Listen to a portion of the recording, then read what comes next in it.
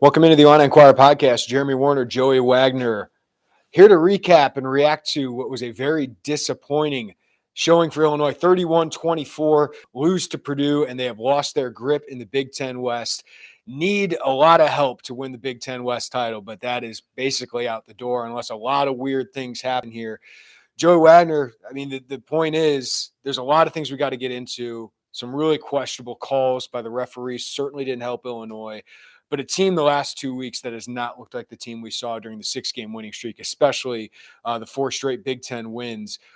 They failed to meet the moment. They were undisciplined today, too many penalties, and it felt like they didn't deal with the pressure of being the front runner well. And November is off to an absolutely terrible start for an Illinois team that reset expectations with that 7-1 start. Now all of a sudden you're 7-3, fighting uphill again. Trying to fight your way to a Big Ten West title. Again, it's still there, but not this team. This team's gotten hurt. We'll talk about the injuries, and we'll talk about a team that I think has been adjusted to by opposing Big Ten teams, but very disappointing to say the least. Yeah, 2 weeks ago, you and I were driving back from Nebraska, and it was, whoa, if they win the next two, it could be today, against Purdue that they win the West at home with 2 games left. And we knew that they didn't have to win a week ago. It would have helped a lot. It would have moved the timeline up, but we knew they still had control. As long as they had control, they could still seize a moment. They lost all that today, and it wasn't just the loss, right? I mean, they did. They played poorly in some elements of the game. It was just the way it all kind of unfolded, like an avalanche. They just couldn't contain, and then the penalties started to pile up, and it just looked like a group of guys who have, for their whole college football careers, some of them 6 years, some 1 year, have never been in these moments down the stretch where it's November and you can grab your opportunity by the shoulders and say, this is ours and let's go with it. And they did, Jeremy. That's the best way to put it. They missed a moment that was sitting in front of them. They missed a storybook ending a week ago. They missed that big national, hey, look at us moment today. And now you got to find a way to turn the page and go to the big house and try to do something to get your footing again. And that's not easy. Yeah, I agree with you. It felt like a team that hasn't been in this place before, right? They haven't had the opportunity to go snatch something, to go get the victory, get a championship. It was kind of like, Alex Palczewski told us last week after the loss, we have to go take it. They didn't go take it today. If they would have won today, there was like a 90% chance they win the West. I'm interested to see the numbers after this. It's probably 10? That's what one loss does for him. They have to go win at Michigan, most likely, to have a chance to win at Northwestern, and then they need some other things to go their way. Purdue went and took that. Last year, they were in a Big Ten West title race, didn't win it, but they come back this year and now have it kind of control their own destiny, at least in a little way. They need Wisconsin or Iowa both to lose here coming up, but so many scenarios that can play out in the West that's kind of wacky. But one team looked like they'd been in a Big Ten West race before. One team looked like it did. And kudos to Purdue. Thought they played pretty well. But, man, the penalties. And, yes, some of those were really questionable. The Devin Witherspoon call was atrocious. I thought the Sidney Brown call was really, really bad. But championship teams have to overcome adversity, Joey. Illinois still gave up 31 points, still had some really bad penalties at times. The out-of-bounds play, hands to the face on that Purdue drive where they took the lead back in the fourth quarter. Those things can't happen. Alex Palczewski is a sixth-year senior. He had 2 penalties that really hurt, could have hurt really Illinois today. They can't have those time after time. And that happened. 12 penalties, 120 yards. Even if you think there were some questionable penalties, that's way too many penalties and mental errors for Illinois today. But boy, were these refs bad. These are the same refs we saw against Indiana. I'm not saying it's the only reason they lost, but it certainly didn't help Illinois. And the Devin Witherspoon play changed everything, right? Like that, you get that interception. That's going to be on his NFL draft film. That was a fantastic play on the ball. He attacked the ball. I thought, if anything, it was going to be offensive pass interference on Charlie Jones because he grabbed him coming back. That one changed it, but Illinois wasn't able to respond, right? Throughout the rest of the game, they were not able to respond after that moment. Yeah, we can really, I don't know if we want to get into it now, but I thought the drive before the Devin Witherspoon penalty was really kind of the catalyst for all of that to be set up. We thought Illinois, they got the ball with just under 3 minutes left before the half. That's why you defer, to get that opportunity. That is like the most double dippable, I don't even know if that's a word scenario, 3-minute, 4-minute offense, just get down there, score the ball, get a field goal if you have to, come out of the third and get it. And they go 2 runs up the middle, and really it's like a broken play on third down that went nowhere, and they punted it into the wind. That was one of Hugh Robertson's. He's kind of a 50-50 day for him, and that was one of the bad 50s, and it didn't go anywhere. And we thought, okay, well, they get that turnover, and Devin Witherspoon called for the pass interference. The very next play, Quan Martin probably picks that off 7 out of 10 times, 6 out of 10 times, right over his fingers for a touchdown. Misjudged the ball a little bit. Yeah, In the air, right? And it's just kind of that whole scenario, and we knew it at halftime. You and I talked like that could be something, man. And then of course the penalty, it's a bad call. There's 3 that really stuck out to me, right? The Witherspoon one, the Sidney Brown one, and the Xavier Scott one. That's not very good calls. Let's just be honest. And Witherspoon was far and away the most egregious of the bad calls. But if you just zoom out a little bit and look at the drive before that to set it up, I thought they got too conservative, and it bit them. It bit them in a really bad way, and it's hard to overcome those things when there's just bad calls. Those happen. Yeah, and Joey and I asked Brett Bielema about both those things. One, the Devin Witherspoon call. Brett said he didn't get he said that one was frustrating because he didn't get an explanation for it. That one, Brett Bielema was pissed. We saw it on the sidelines. We saw it after the game. We saw it at halftime. He followed the refs going into halftime. He followed them coming out of halftime. He was pissed about it, and I get it. I get it, but that was a microcosm of the larger issues too. Yeah, he didn't go into the press conference and get willing to be fined, but he said, again, this is the same crew at Indiana. They're going to call a lot of penalties. We had to be prepared for that. And kudos to the players. They were frustrated with the penalties. We know that, but they said they didn't respond well. And I saw one commenter here on the YouTube Live say that Purdue got in Illinois' heads. I think they did a little bit. I think Illinois was in their own heads a little bit about it felt like they were pressing throughout this game. It's easy to say that in hindsight as they lose, but it certainly felt like they didn't handle that moment, handle that adversity the best and execute, because Purdue out-executed Illinois as well. So Joey also asked about that last offensive drive before the half, about getting conservative, because it felt like you're up 14-7. You get a score, get a field goal, right? You have a chance to really take control of that game, get the ball out of half, score again. You're up a couple possessions, right? We'll ask Barry Illini about it, but Brett Bielema seemed like he didn't remember a lot about that drive. So we'll ask Barry Illini about it. But I didn't like that. I didn't like how conservative they got. I didn't like that Reggie Love was in the game.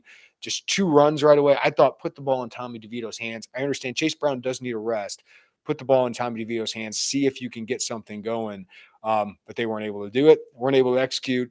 And it felt like they were running 4-minute drill when Purdue still had some timeouts, and Purdue gladly took the ball on a short field, went down and scored after a bad defensive pass interference call.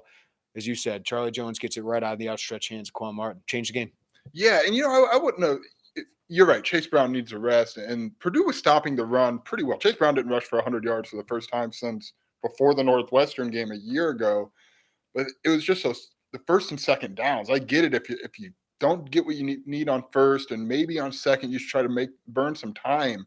But it felt like they came out content to burn the time, and knowing that they were facing right up with the wind, the punt was going to be tough. It was just going to be. That was a really interesting series, and it got them. And I know the Witherspoon play is going to get a lot of attention. It should. Yes. It should. That was a horrible call. But man, there's a lot that was really baked into that. I think one thing we got to talk about is, Big Ten teams have good coaches, and I think we've seen Big Ten teams scheme now for Illinois, right? We saw it in a win over Nebraska. Nebraska did some things offensively that hurt Illinois on the defense. And really, you go back to that Nebraska game, it certainly helps that Casey Thompson was no longer in that game, because that really stopped any offensive momentum they had. But they were able to get some things on Illinois' defense. Michigan State did the same thing. They were able to get some things on the Illinois defense. Purdue did that again. Purdue's able to run the ball on Illinois. I thought Jeff Brom, my big question for him was he actually going to run the ball today? And I thought they really established that. 33 rushes to 40 pass attempts. That's closer to 50-50 than Jeff Brom ever is. He's closer to 60-40. So I think that was really good for them early on. Devin Mockabee had a fantastic drive. They had 5 plays, 55 yards. Mockabee had like 4 carries on that drive. It was all running attempts. I think Illinois the last couple of weeks has been outplayed in the trenches. We can get into that in a little bit, but I think Purdue was able to do some of those things. Offensively, teams are gearing up for Chase Brown and saying, okay, we're going to try and contain him. He hasn't had a long run in a long time. right? Like he's been held under 20 yards for each of the last 2 games. No gain bigger than 20 yards each of the last 2 games. So they're really stacking the box, and Illinois hasn't been able to make them pay enough. And that's partly a talent issue, I think, at wide receiver. Tight end's got to get a little better. Tip Ryman's got to bring in that catch.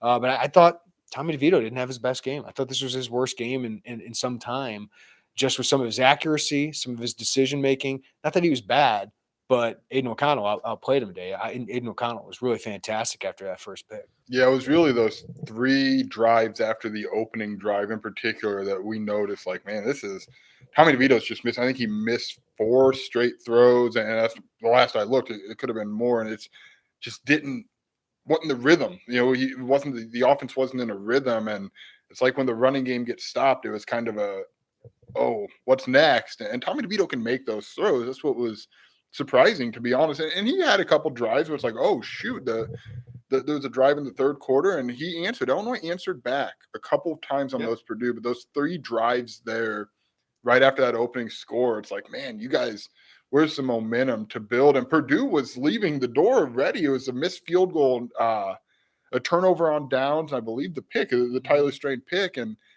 I think you didn't get points out of that, did you? You got to get those. You got to field goal something on those drives. Yeah, and they did fix the red zone issues today. When they got in the red zone, they scored. They had 3 touchdowns on 3 red zone attempts. They just weren't able to get there. They weren't able to drive it down the field and put together a lot of good drives. So that certainly was a big issue. The other thing that hasn't hurt this team until now is injuries. This team is starting to get banged up. And the one reason I wasn't as high on this team, I had them at 6-6 coming into the year, is I didn't think they had the depth to overcome some key injuries. They're starting to have those, especially at cornerback. Taz Nicholson came back in the game, was good early on, Joey, and then he suffered what Brett Bielema said is likely a season-ending injury. Terrell Jennings suffered a season-ending injury last week. He wasn't dressed in any capacity. He was in a sling, and it just didn't look good. It's a chest injury, so he hasn't said that publicly, but yes, he's going to be out for the season.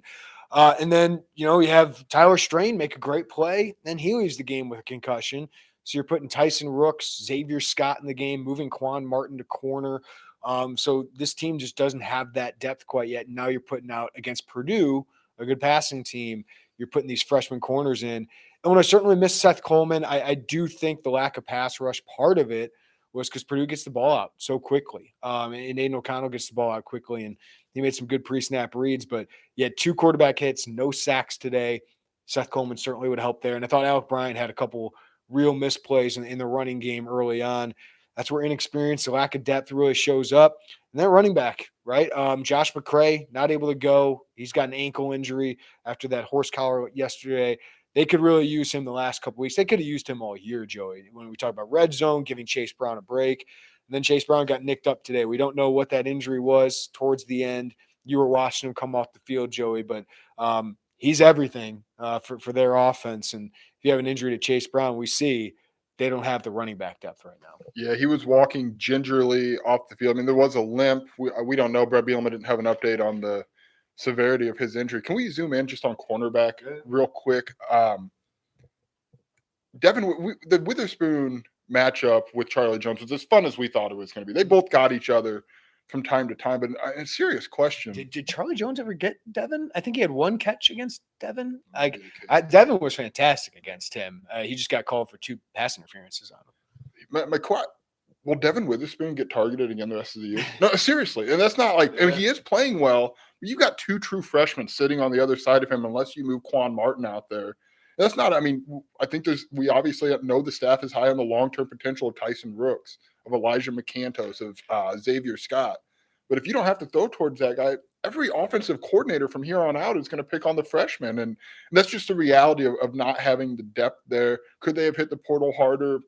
I don't know. I mean, right, everything's hindsight in November when you're dealing with injury. I mean, they got Terrell Jennings, but now he's hurt. Right. So, I mean, that's a really big story to monitor, because now you have a very clear target area on this defense. In addition to what we've seen, we saw Purdue attack the edges today with tight ends and with running backs. If that's the case, and you've got kind of a big red flag over on one side of the field until they prove they're not, man, like that's going to be something that Illinois is going to have to overcome. I think that's a really, really big deal in these final 2 games of the regular season. No, it absolutely is. And again, if Chase Brown can't go against Michigan, oh boy, right? Like that's a lot on Tommy DeVito.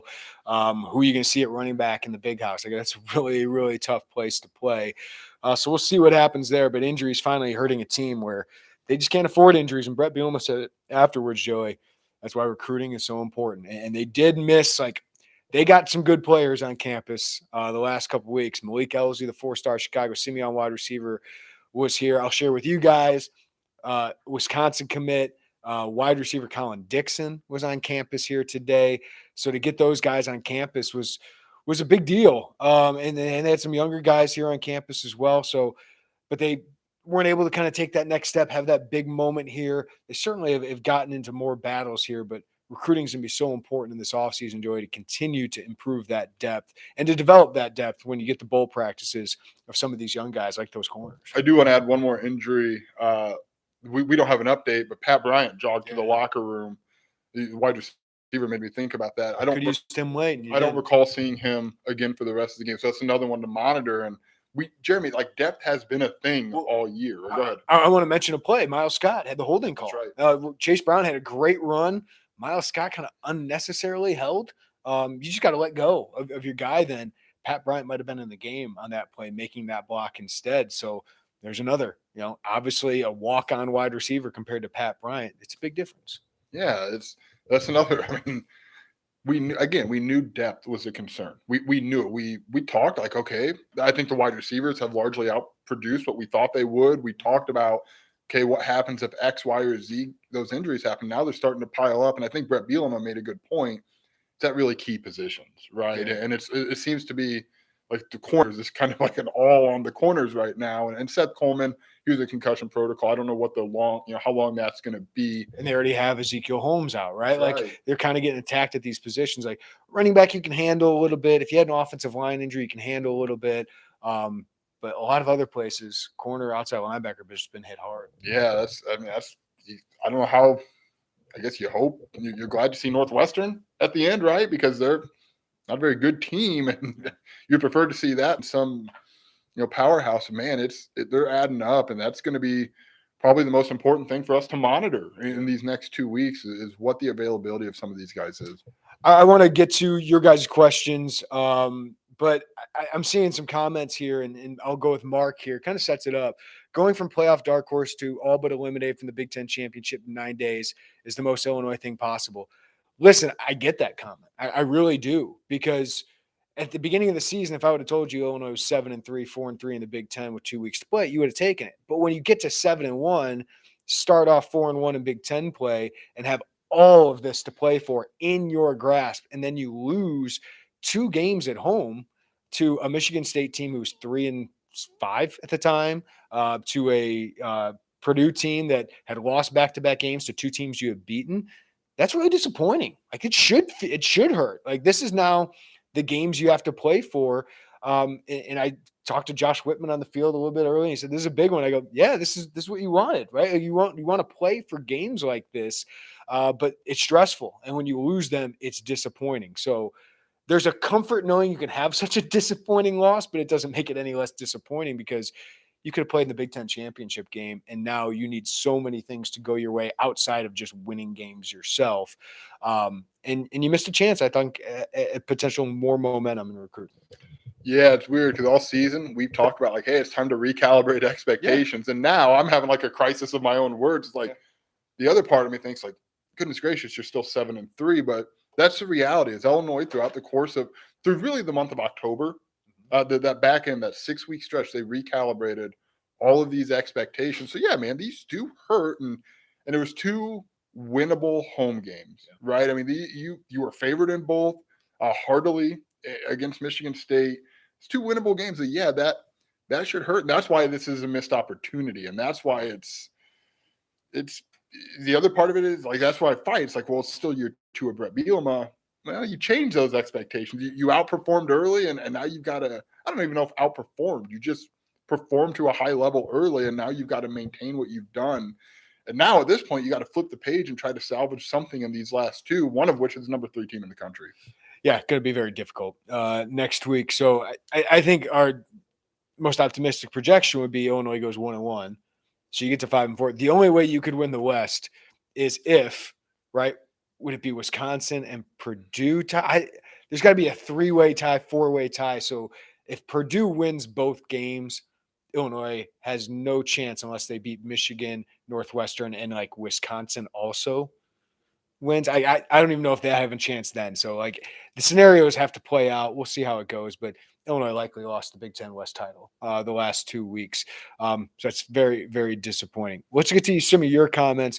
I do want to mention Senior Day, a few guys who notably went through Senior Day festivities. Julian Pearl, offensive lineman, who wouldn't shock us if he doesn't come back for a 6th year. He's got the size, length that really intrigues people, athleticism to potentially play tackle at the next level. Chase Brown, no surprise there, especially after the beating he's taken, all the hits he's taken. He needs to go pro as he can. And Devin Witherspoon.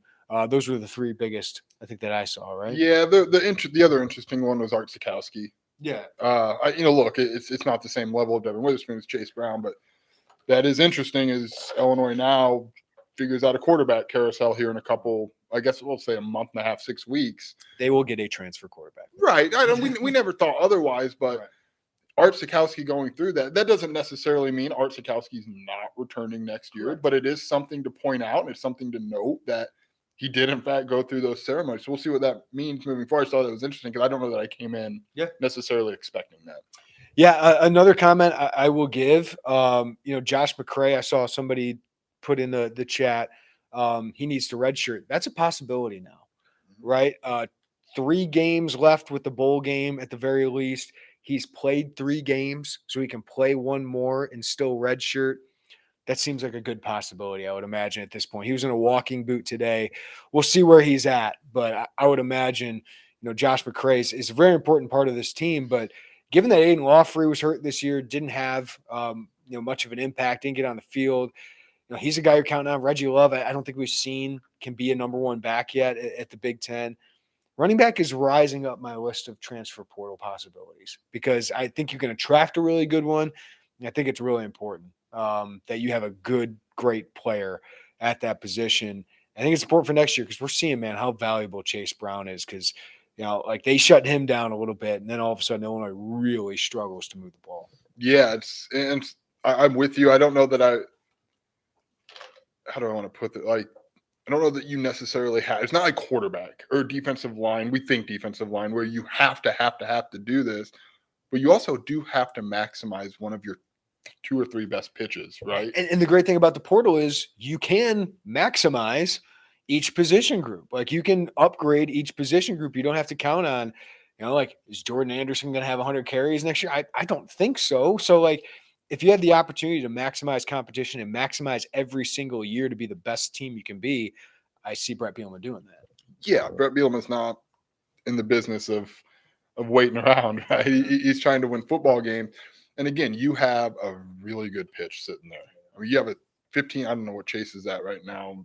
You got a really 1,000+ yard pitch to send out there, a Doak Walker pitch to send out there, and you're probably going to have some options in the portal. There's always a such and such X running back enters the portal, and that running back's really good. Illinois can put itself in that conversation for that. So that's really interesting how that is kind of playing out here. Fett said Ryan Walters hasn't helped his resume the last 2 weeks, so extend him now. I think an extension probably in the works here to try and get him locked down. I think Brett Bielema would be the same way. And I saw somebody said, Jeremy said Brett Bielema was underpaid a couple weeks ago. I don't think that's the case. No, he's been more valuable than what he's getting paid compared to the rest of the Big Ten. He's taken a big step. Is he making Mel Tucker money? No, I'm not saying that, but he should get a raise and he should get a contract extension for the progress they have made and for making Illinois a very competent program. They didn't play well today and still had a chance to win in the 4th quarter against a pretty decent to good Purdue team. So I think they've taken a huge step forward that this is a huge disappointment today and last week. Yeah, 2 games don't mean that the season was a total disaster and that Brett Bielema suddenly – it's cost of doing business with programs that you want to say are good programs or good teams. And Brett Bielema has a good team still. He's trying to build a good program. It's money. There's money involved in doing that. Yeah. These guys to read too much of their press clippings and acted like fools, Steven said. I mean, I don't know. I can't read their things. I'm sorry, man. I hate that narrative. I just hate it. Dude, this is such a high pressure, high leverage sport that you're asked to play. Yeah. Is there confidence? Yeah, of course. Like confidence is good in a lot of ways, but I hate that. Oh, they read their own. Dude, I don't think anybody in that room is like, oh, look at that. Everybody loves us. No, that's so stupid. I'm sorry. Well, Brett I Bielema was hate good that at. angle. Brett Bielema was really good at approaching those things. Here's another one. Fett said, aside from the refs, our O-line was abysmal and the offense as a whole was not good today. Yeah, the offensive line has been really disappointing the last 2 weeks. I've had them as my in the spotlight the last 2 weeks instead of picking a skill player. It's been the offensive line. And I thought after that first drive, Joey, the Illinois offensive line dominated. Like they were able to run all over Purdue. And after that, they weren't. I think some of that was Purdue and schematically what they were doing. A lot of people are crashing off the edge so that Tommy can't keep the ball. And then they have everybody in the box to stop Chase because they don't think Illinois' wide receivers can beat them. And outside of some Brian Hightower, really good catches, that for the most part played out to be true. Isaiah Williams was really a non-factor today. But yeah, I think the O-line has been disappointing because I talked with Matt Millen before last week, and he said this is the third best offensive line in the Big Ten. They have not been that the last couple of weeks. So they have not lived up to their standard. I know Bart Miller's standard. Yeah, that was surprising, right? Because I think you and I both felt like Bart Miller was going to have those guys going, and the first drive they did, and they were going. So that was a pretty surprising development. Another great comment here. The worst part is we played this from TB on our own field with a bunch of fans watching.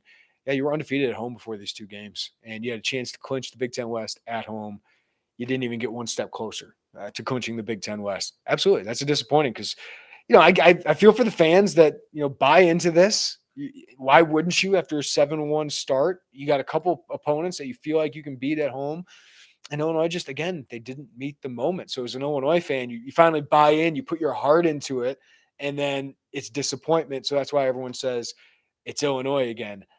I think this is something that teams got to go through to figure out how to win games. I don't think Illinois' roster is good enough yet to make these mistakes, but you hope the young guys, the guys who are going to be here for a couple of years, learn from all this and that Brett Bielema can add the talent to replace the talent that's going out the door.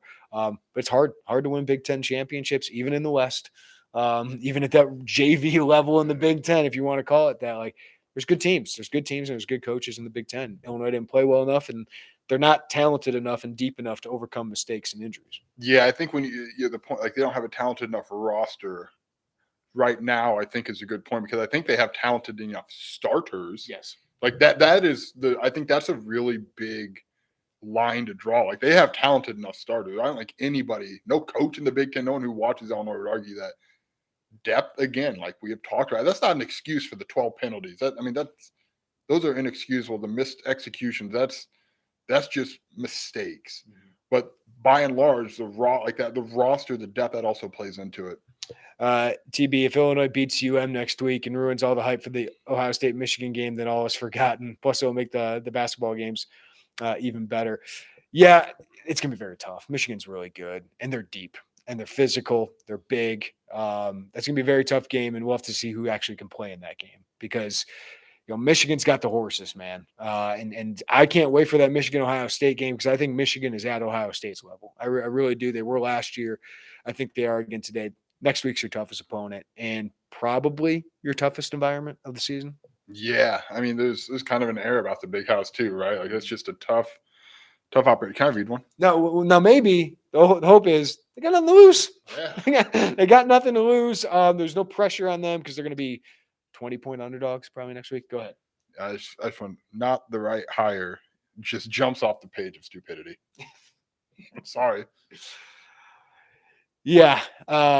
Yeah, that's ridiculous. Let's see. Game was awful all around. Lunkers. What's up, Lunkers? It's better than last year and the year before. Yes. Let's see. Anything else that we need to cover here, Joey? I don't know. What happens the next 2 years, Michael asks. I don't know.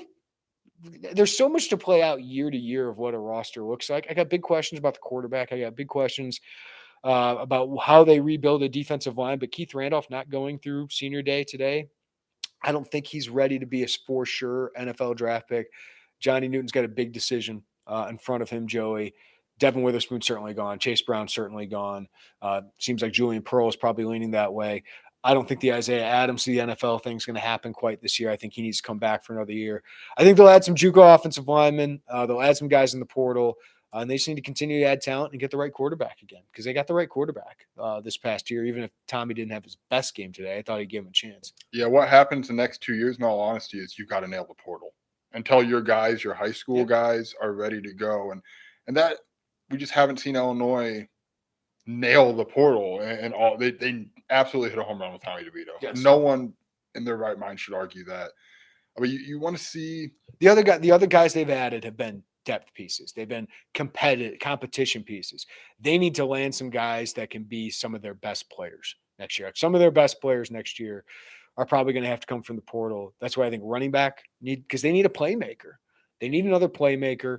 And then defensively, they just have a lot of holes they got to fill.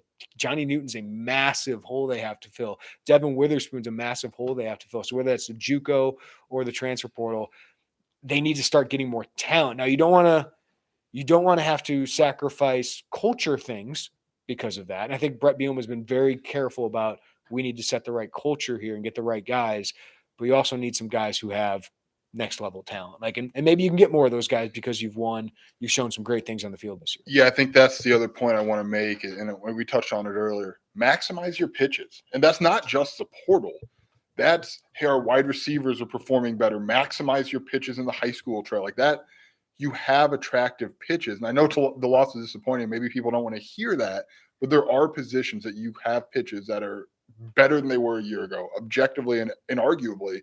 Maximize those, maximize them long term, maximize them short term, and build on. You've still built momentum as a program this year. Yep. Build on that momentum you've built. Continue to push that forward, and that includes just maximizing talent acquisition at long term, short term, intermediate, and everywhere in between. You still have a chance. You're going to Michigan. We'll see what happens there. I don't think many people are giving them a chance. You have a chance to beat a bad Northwestern team to end the season, get to 8-4, have a first winning Big Ten season for the first time since 2007. Go to a good bowl game, whether that bowl game is in Florida or in Nashville now. Just please don't go to the Pinstripe. I don't want to go to New York twice and be cold twice. Open air press box. Open air press box. No, thank you. Yeah, let's stay out of New York, guys. But yes, they still can have a really good season by Illinois standards, and have a season that Minnesota, Iowa, Wisconsin, Purdue have had over the last couple of years, and then you try and build on that, and as you said, you maximize on it. Let's two more comments. Def just hurts, just sitting here hurting. All I got. And Sam says, man, it sucks to walk home 30 minutes after these losses, and it's cold. Joey Wagner did not bring a hat. He was cold after the game. That was very chilly. So kudos to I'd say there are 30+ thousand. I know the announced attendance was 45,574. So kudos to the fans for showing up the last couple of weeks and supporting the team. But kudos to those fans who stayed for most of that game, because it was dang cold.